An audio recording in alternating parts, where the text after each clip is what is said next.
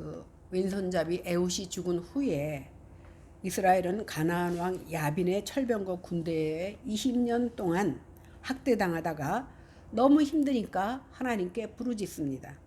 그러나 하나님께서는 랍비돗의 아내 여순지자 드보라를 이스라엘의 사사로 삼으셔서 이스라엘을 구원하십니다.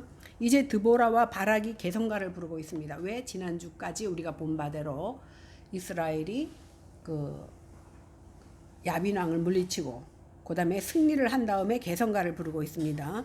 하나님의 도우심으로 마침내 하솔 땅에 거하는 가나안 땅 하솔에 거하는 그 야빈 왕과 전투에서 승리를 거둔 기쁨에 넘쳐 부르는 이 승전가인데, 우리가 보통 제가 드보라의 노래 그랬는데 1절에 보면 드보라와 바락의 노래라고 나오거든요. 근데 엄밀히 말하면 드보라가 쓴 시를 바락이 함께 부른 겁니다.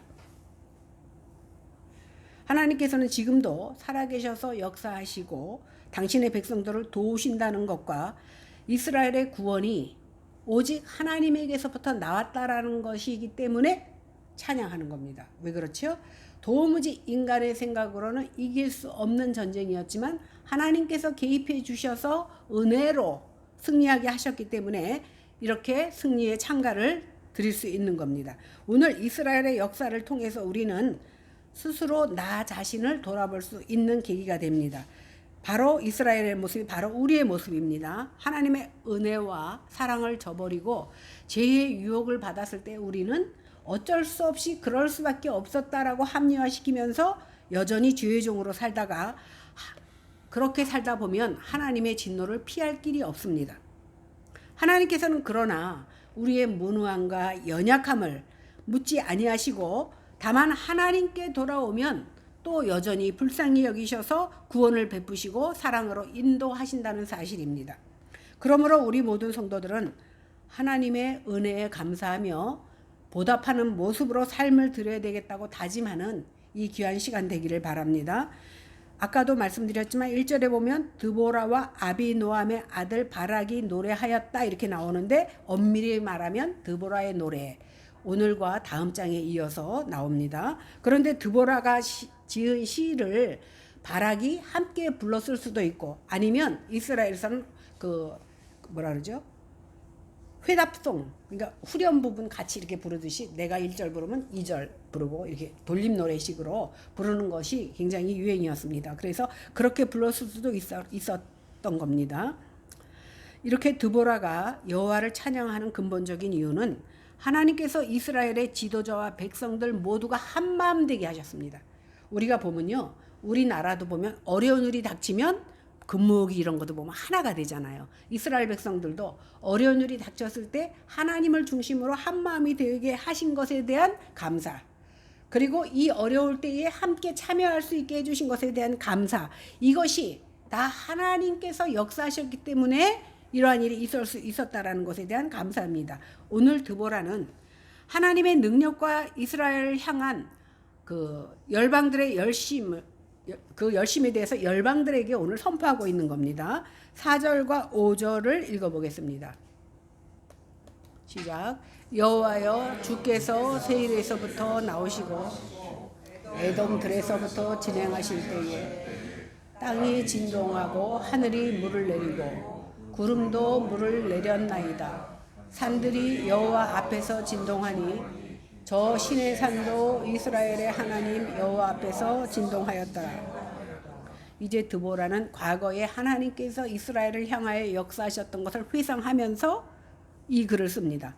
하나님께서 신의 산에서 백성들과 언약을 맺을 때 보여주셨던 그 위엄과 그 위엄에 찬 모습과 그 광야 노정 동안 보여주셨던 권능을 연관지어서 그렇게 이스라엘에 역사하셨던 하나님께서 오늘 야빈과의 전투에서도 궁극적으로 개입해 주셔서 도와주셨다는 사실을 노래하고 있는 겁니다. 오늘 여기 보니까 주께서 세일에서부터 나오셨다 이렇게 말했는데, 세일은 에돔 족속이 머무는 땅이거든요. 그러니까 세일과 에돔은 동일합니다. 세일산은 에서의 후손 에돔 족속들이 거하는 곳으로서 이스라엘의 남쪽 지역에 위치하고 있습니다. 그리고 신의 산은 세일산보다 더 남쪽에 있습니다. 그래서 하나님께서 마치 시내 산을 거쳐서 에돔 땅을 거쳐서 이스라엘을 구출하러 오셨던 것으로 오늘 이렇게 표현을 하는 겁니다. 여호와께서 시내 산에서 이스라엘 백성에게 언약을 주시려고 모세와 만나죠. 모세와 대면할 때에 그 주위에 연기로 자욱함과 동시에 온 땅이 진동합니다. 여기서 온 땅이 진동했다는 것은 여호와께서 강림하셨다라는 그 영광과 권세를 나타나실 때 쓰는 표현입니다. 마찬가지로 오늘 드볼산과 기손강을 중심으로 시스라와 싸워서 대승한 그 사실 가운데 하나님의 영광을 나타내는 것을 진동한다 이렇게 표현을 한 겁니다. 근데 오늘 또 보니까 하늘이 물을 내리고 구름도 물을 내렸나이다는 그런 시적인 표현을 통해서 노아 홍수 때에 하나님께서 하늘문을 여셔서 40주야를 비로 채우셔서 구원할 자를 구원하신 것처럼 오늘 하나님께서 갑작스럽게 기손 땅에 기손강을 범람하게 하셔서 우리의 인간의 생각으로 하면 도무지 이길 수 없는 야빈의 군대를 하나님의 방법으로 이기게 하셨다라는 것. 시스라의 철병거와 군사들을 휩쓸어 버리신 그것을 찬양하고 있습니다. 그러니까 우리의 힘으로는 도무지 이길 수 없는데 하나님의 방법으로 이겼다라는 것을 찬양하고 있는 겁니다. 6절에서 7절을 보겠습니다. 시작. 아낫의 아들 삼갈의 날에 또는 야엘의 날에는 대로가 비었고 길의 행인들은 오솔길로 다녔도다. 이스라엘에는 마을 사람들이 그쳤으니 나 드보라가 일어나 이스라엘의 어머니가 되기까지 그쳤도다. 오늘 그 삼갈이 우리가 지난번에 삼갈은 한 구절 이렇게 나왔잖아요. 소문은 막대기 가지고 600명의 블레셋 군대를 쳐부순 삼갈의 사사를 얘기하는데 오늘 삼갈의 때로부터 시스라를 죽여서 영웅이 된 그 헤벨의 아내 야엘 기억나죠? 망치로 빵 해서 죽인 것. 이스라엘 대적들이 대로로 다니질 못했어. 왜 그러냐?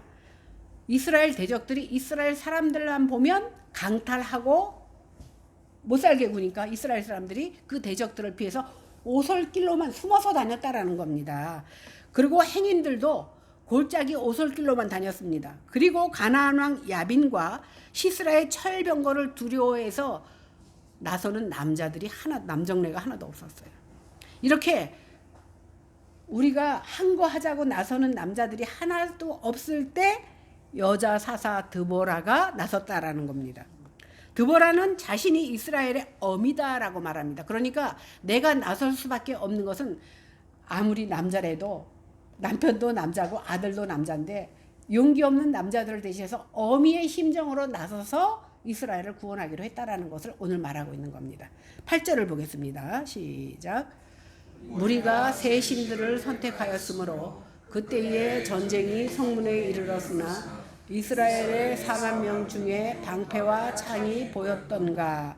이스라엘의 비참한 처지가 된 것은 그들이 새 신들, 저기서 새 신이라 새 신, 신는 신발을 말하는 줄 알았더니 신을 말하는 거예요. 하나님을 버리고 바알과 아세라를 섬긴 것 때문에 이스라엘이 이렇게 어려움을 당했다라고 말하는 겁니다. 우리도 마찬가지잖아요. 우리가 어려움을 당할 때 물론 하나님께서 보복하시는 하나님, 내가 잘못했기 때문에 그 자리에서 치시는 하나님은 아니지만 그러나 사랑하는 자녀들에게 어려움과 고난을 주셔서 깨닫게 하시는 방편으로 어려움을 주시기도 합니다. 그런데 오늘 성경에 보니까 전쟁이 나고 그 전쟁이 성문까지 미쳤다라고 말하고 있습니다. 당시 사람들은요, 뚜렷하게 뭐 회당 같은 게 별로 없으니까 성문 앞에 모여서 재판도 하고 성문 앞에 모여서 중요한 의논, 정사도 논했습니다. 그런데 그것을 점령당했다는 말은 뭐냐면 그 나라의 주권을 잃어버렸다. 이것을 말하고 있습니다. 드보라는 그때를 회상하면서 이스라엘의 4만 명 중에 방패와 창이 보였던가 이렇게 말하고 있습니다. 이 말은 뭐냐면 시스라와 싸움을 출전했던 사람들은 오늘 성경에 보니까 스불론과 납달리 지파 군사 1만 명이 모였다 이렇게 성경은 나옵니다. 그런데 오늘 3만 명이 더 추가되고 있어요.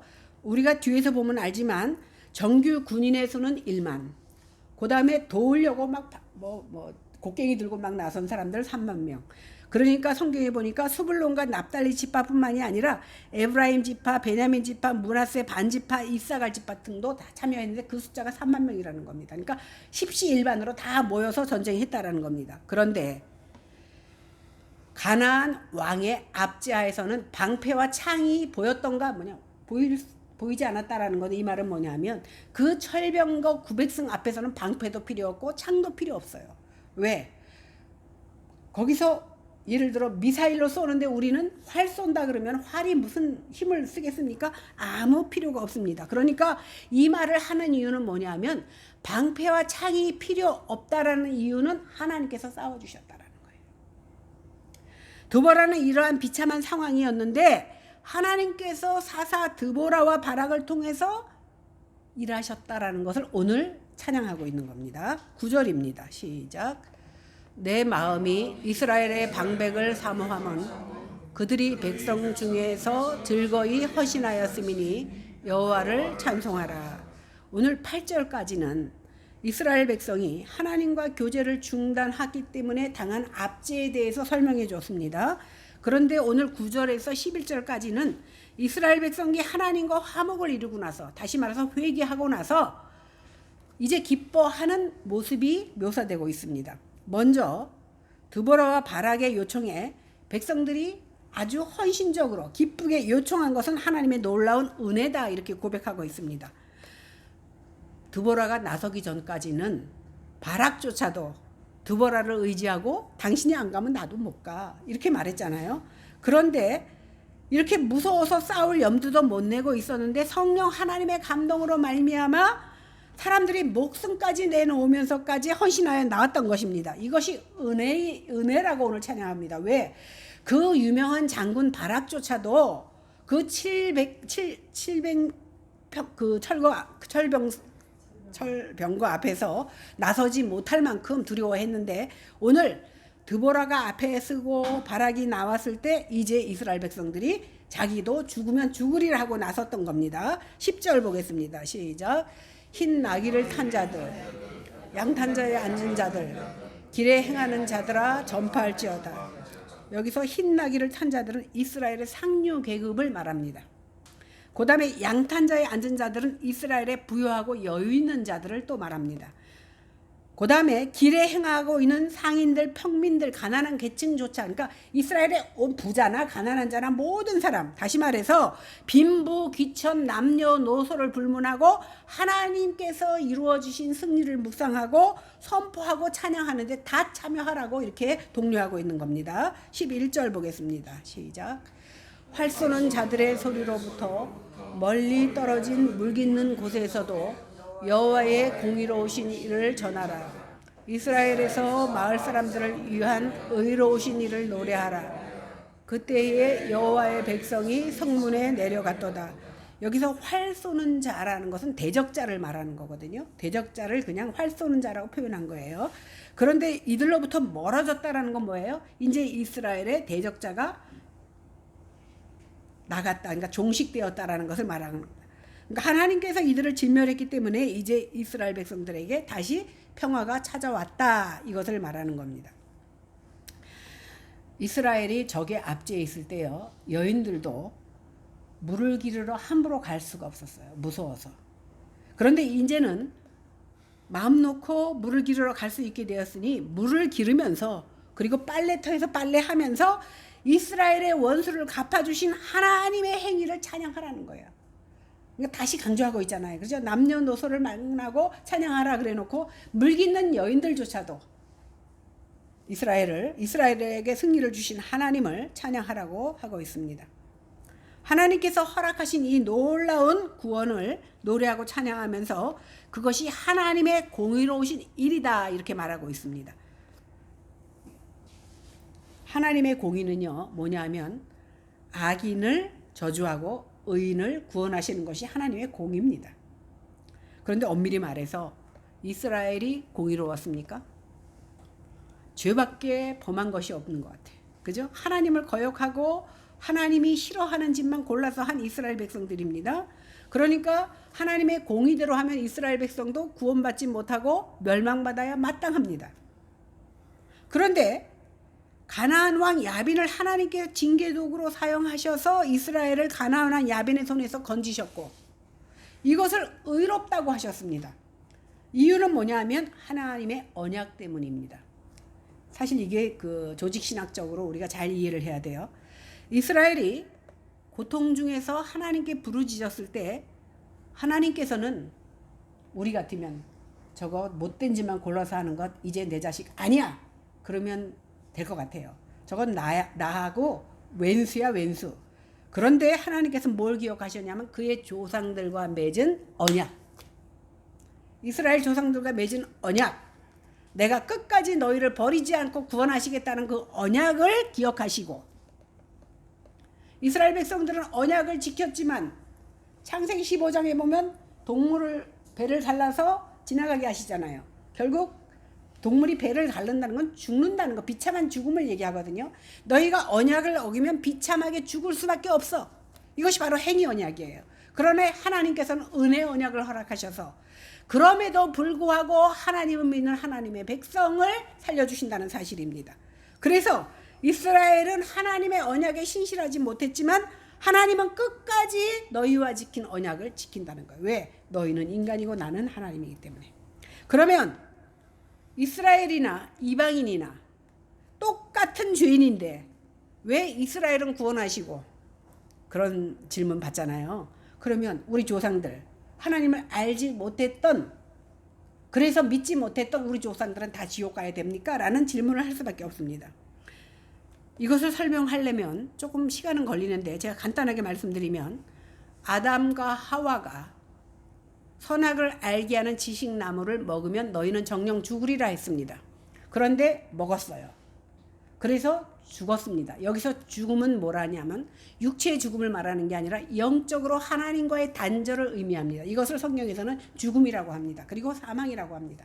그런데 진짜 사망이 와. 어떻게? 우리가 죄를 졌기 때문에 육체가 죽습니다. 에덴 동산에 있었을 때는 생명나무가 있었습니다. 그리고 우리는 하나님과 영원히 거할 수 있었습니다. 그런데 인간이 이 계명을 어기고 나서부터 우리는 죽었어요. 그래서 하나님과 단절됐습니다. 그래서 이제 하늘나라에서 영원히 살지 못하게 됐습니다. 그러니까 아담의 후손, 생육법에 의해서 태어난 인간들은 다 죽어야 되고 다 지옥 가는 것이 정상입니다. 마땅합니다. 근데 하나님께서는 인간들을 다 지옥에 보내려고 하지 않고 그 중에서 뽑아서 선택해 주셨어요. 이해가 되세요? 쉽게 말하면 물이 홍수가 났어요. 10명이 떠내려가. 근데 혼자서 10명을 다 못 구하잖아요. 그 중에 몇 명만 구했어. 그럴 때 떠내려가 죽은 사람들이 만약에 말할 수 있다면 왜 경숙이는 죽이고 나는 죽였어? 이렇게 말할 수 없다는 거예요. 또 로마서에서는 뭐라고 얘기하냐면 토기장이의 비유를 말합니다. 토기장이가 토기를 빚어요. 어떤 거는 이쁘게 나와서 상품 가치가 있는데 어떤 것은 울퉁불퉁해서 상품 가치가 없어. 그러면 어떻게 깨버립니다. 깬 것이 왜 나는 깼냐? 왜 좋은 도자기로 만들자가 왜 나는 요강을 만들었느냐? 이렇게 말할 수 없다라는 거예요. 그것은 만든 자의 권한이에요. 그러니까 이미 우리는 다 죽었어야 돼. 다 지옥 갔어야 돼요.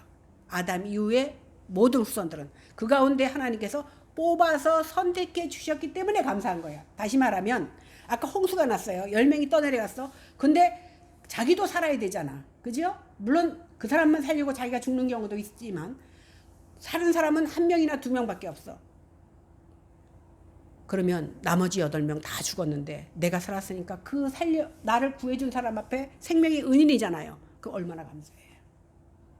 자, 우리가 다 지옥 가야 마땅해요. 그 가운데 하나님께서 우리를 특별히 뽑아서 이 자리에 앉혀주셔서 구원의 대열에 참여하게 했으니까 우리는 얼마나 감사해. 영원히 죽어야 되는데 영원히 살았으니까. 근데 우리는 거기에 대한 감사를 모른다는 거예요.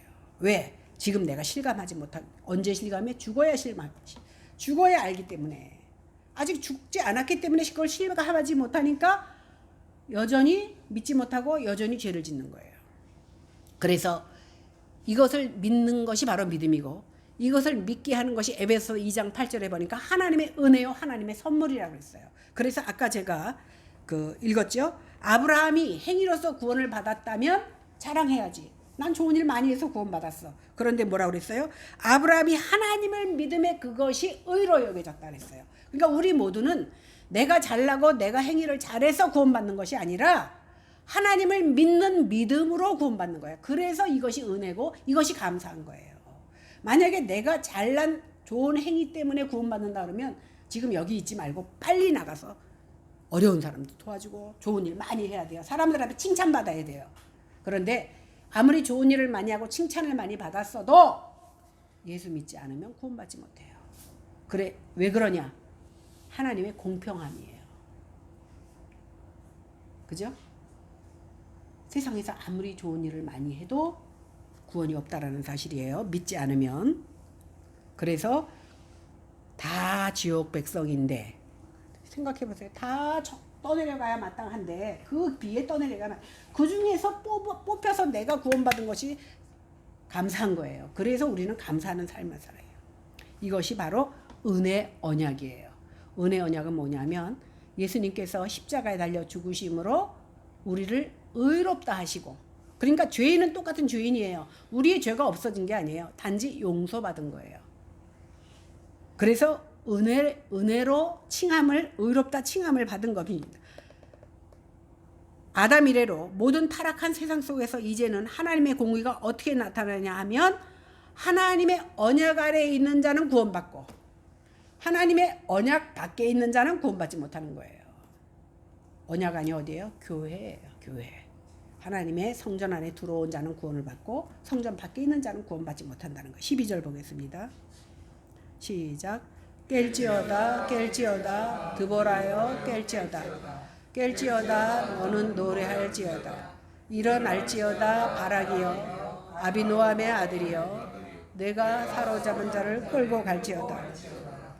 오늘 4번이나 깰지어다 이렇게 말합니다. 이 말은요, 하나님의 구원 역사 앞에서 드보라 자신이 영적으로 깨어나고 그 놀라움과 영광을 힘있게 찬송할 지도자적 책임이 있다라는 것에 대한 경각심으로 스스로에게 말하는 말입니다. 드보라는 바락에게 이제 시스라군을 진멸할 때 생포한 포로들을 끌고서 이스라엘 진영으로 들어가서 하나님의 영광을 자축하라 이렇게 말하고 있습니다. 13절 보겠습니다. 시작. 그때에 남은 귀인과 백성이 내려왔고 여호와께서 나를 위하여 용사를 치시려고 내려오셨도다. 여기서 남은 귀인이라는 말은 뭐냐면 가나안 왕의 압제하에서 굉장히 많은 사람이 죽습니다. 그러다 보니까 다 숨어 다녔잖아요. 그런데 살아남은 자를 말합니다. 살아남은 자들이 드보라의 선지자인 부름에 응하면서 전쟁을 위해서 성문에 모여든 겁니다. 성문이 폐쇄되어 갖고 다시는 모이지 못했는데 큰 길로 나서지 못하던 자들이 이제 성문 앞에 모인 겁니다. 그리고 여호와께서 용사를 치시기 위해서 드보라에게 임하신 겁니다. 네, 14절부터는 드보라가 자신의 그 부름에 대하여 불응한 지파에 대해서 책망하고 헌신한 지파에 대해서는 칭찬하고 축복합니다.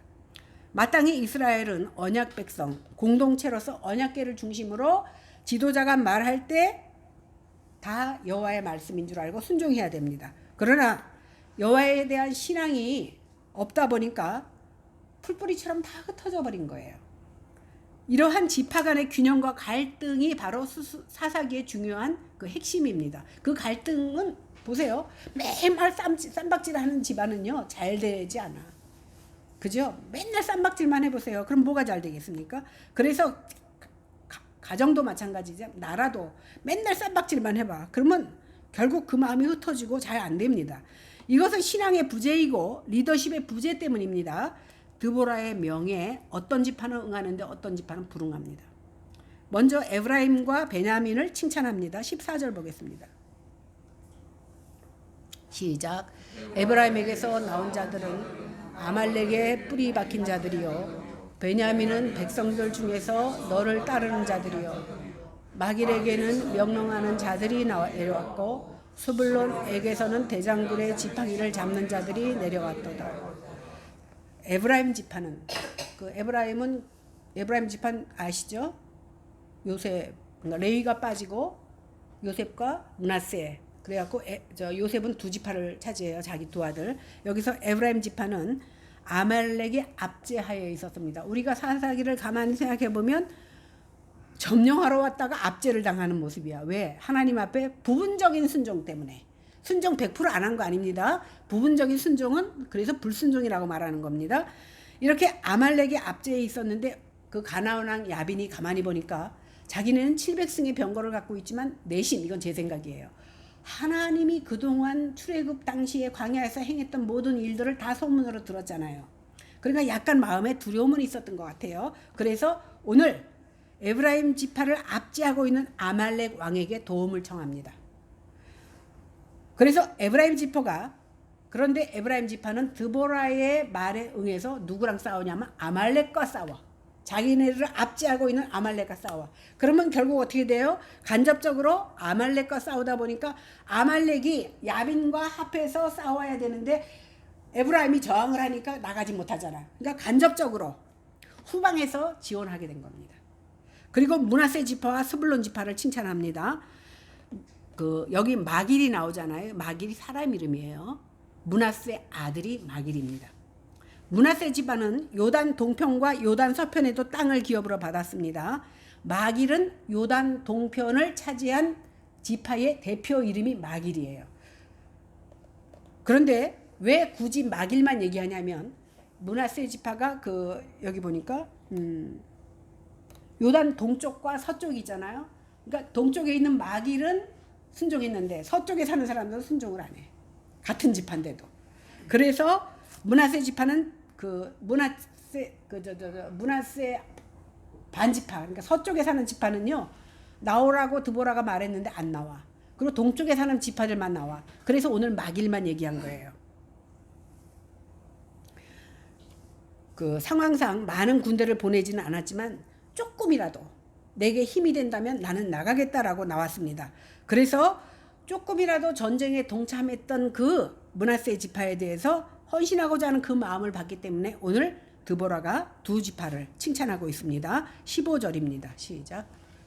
이사갈의 방백들이 드보라와 함께하니 이사갈과 같이 바락도 그 애들을 따라 골짜기로 달려 내려가니 루벤이 시냇가에서 큰 결심이 있었도다.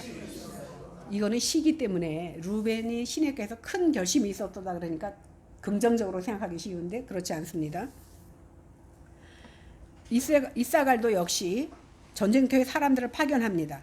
이사갈 지파도 바락 장군과 함께 용맹하게 전장을 향해서 골짜기로 데려갔습니다. 그러나 루벤은 드보라의 부름을 거절합니다. 16절 보겠습니다. 시작.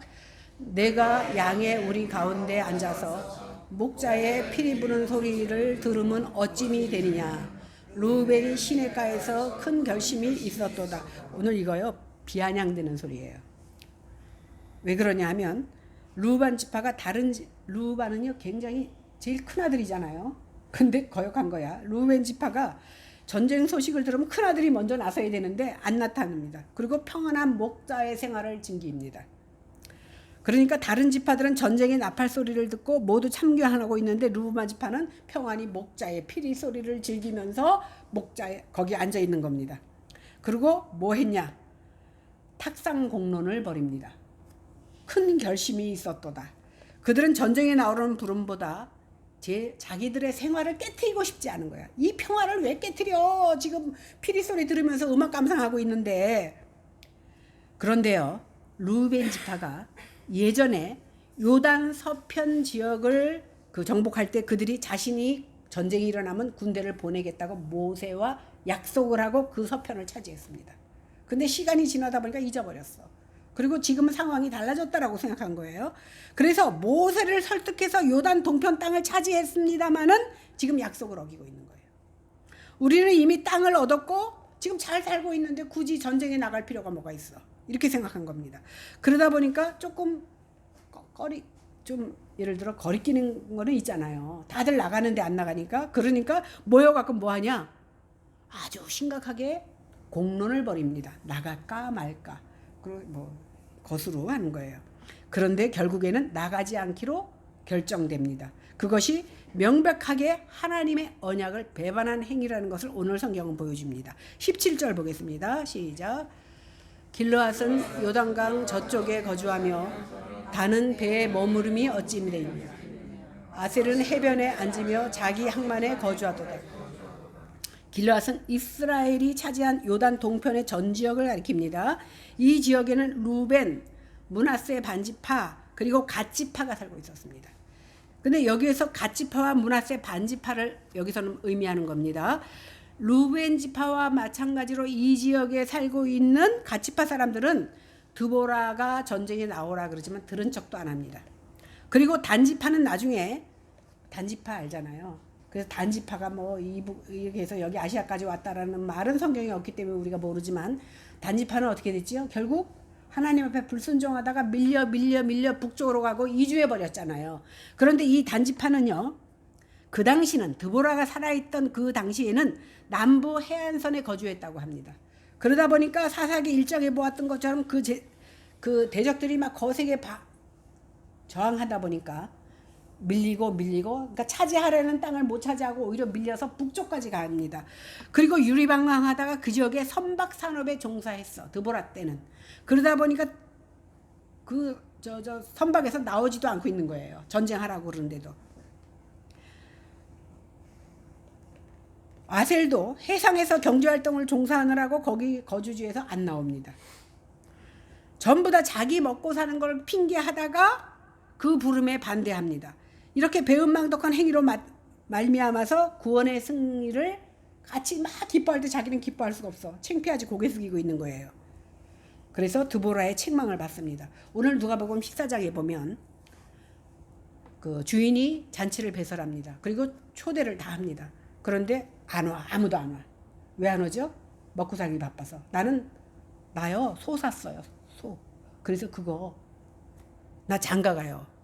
나는 밭 샀어요. 자꾸 다 먹고 살기 바빠서 하나님이 은혜로 초청했지만 오지 않습니다. 하나님이 어떻게 하십니까? 이제 초청하지 않은 사람. 이 말은 다시 말하면 이스라엘 사람들을 하나님의 언약 백성으로 삼아 주셨어. 근데 오늘 참석하지 않은 지파들처럼 이래서 못 가고 저래서 못 가고 나 배에서 할 일이 있어요. 누구는 할 일 없어 전쟁 갑니까? 자기 일 때문에 할 일 없다고 안 나온 이스라엘 백성들 그래? 그래서 오늘 이방인인 우리에게 하나님께서 부르신 겁니다. 이젠 초청장이 아니에요. 하나님께서 무작위로 불러서 참여하게 하셨다는 겁니다. 그래서 하나님의 주권적인 은혜로 하나님의 백성 삼은 것이 바로 우리들이라는 거예요. 18절 보겠습니다. 시작. 스불론은 죽음을 무릅쓰고 목숨을 아끼지 아니한 백성이에요. 납달리도 들의 높은 곳에 그러하도다. 야빈의 학정의 중심지였던 스불론 납달리 지역에 사는 백성들은 죽음을 무릅쓰고 생명을 아끼지 않았습니다. 그러므로 우리도 죽음을 무릅쓰고 이 부름에 응해야 되는 겁니다. 우리도 교회에 무슨 일이 있다 그러면 오늘 무슨 일이 있고 뭐 어째서 핑계하지 말라는 겁니다. 핑계했을 때 하나님 어떻게 해요? 그래 핑계하다 가라. 어디로?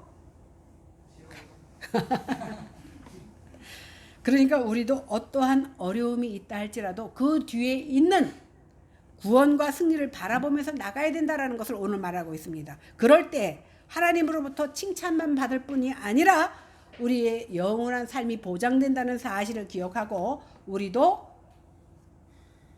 드보라의 말에 응했던 지파들처럼 하나님의 말씀에 응하는 하나님의 자녀들이 다 되기를 축원합니다. 기도하겠습니다.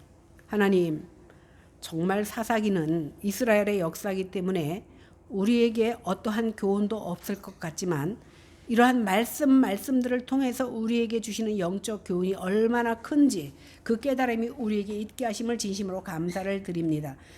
사사기 시대를 통하여서 우리 이 시대를 바라보게 하시는 하나님, 이 시대도 똑같습니다. 우리도 하나님을 거역할 권리가 있고 하나님의 순종할 권리도 있지만 그러나 하나님 앞에 순종하여 복된 영광과 승리를 맛보는 하나님의 자녀들 다 될 수 있도록 하나님 저희들에게 믿음을 더하여 주시옵소서. 감사드리며 예수님 이름으로 기도했습니다. 아멘.